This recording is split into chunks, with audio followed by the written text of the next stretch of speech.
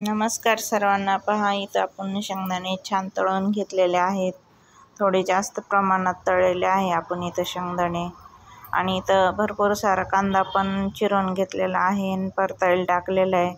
जिरे मोहरी ते पण त्याच्यामध्ये परतायला टाकलेले आहेत. आणि इथं आपण हळद घेतलेली आहे, ती पण तेलात टाकलेली आहे, जेणेकरून आपल्या पोह्यांचा रंग एकदम छान येईल.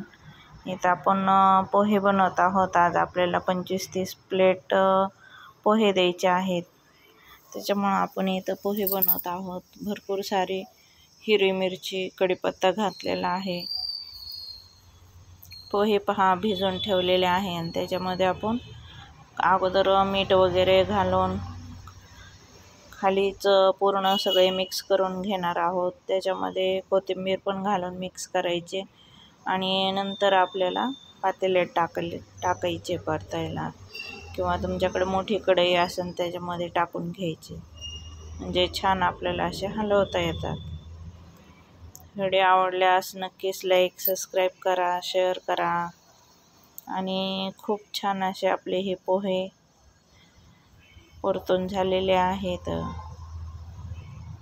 रंग पण छान आलेला आहे आपला पिवळा पिवळा पोह्यांचा. एकदम कलर एकदम छान आलेला आहे.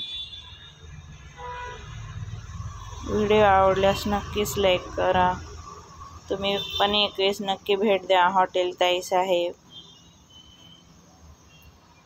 वणी दिंडोरी रोड, समर्थ पेट्रोल पंप शेजारी. पहा आपल्या पोह्यांचा कलर किती छान आलेला आहे. 9 दिवस सर्वांनी खूप एन्जॉय केला असन. दुर्गा सप्तशतीचे पाठ वगैरे, कुंकुमार्चन,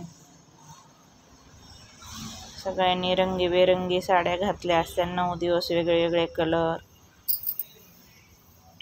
सर्वांना दसऱ्याच्या खूप खूप शुभेच्छा. पहा, आपला काल व्हिडिओ आला नाही, एकदम आवाज पूर्ण बसलेला होता, त्याच्यामुळं काल व्हिडिओ काही पाठवला नाही. आज दसऱ्यांच्या सगळ्यांना खूप खूप शुभेच्छा. पहा आपले पोहे झालेले आहेत. आपल्याला ह्याच्यावर झाकण ठेवायचं 5 ते 10 मिनटं आणि नंतर आपल्याला हे पोहे पार्सल भरून द्यायचे आहे.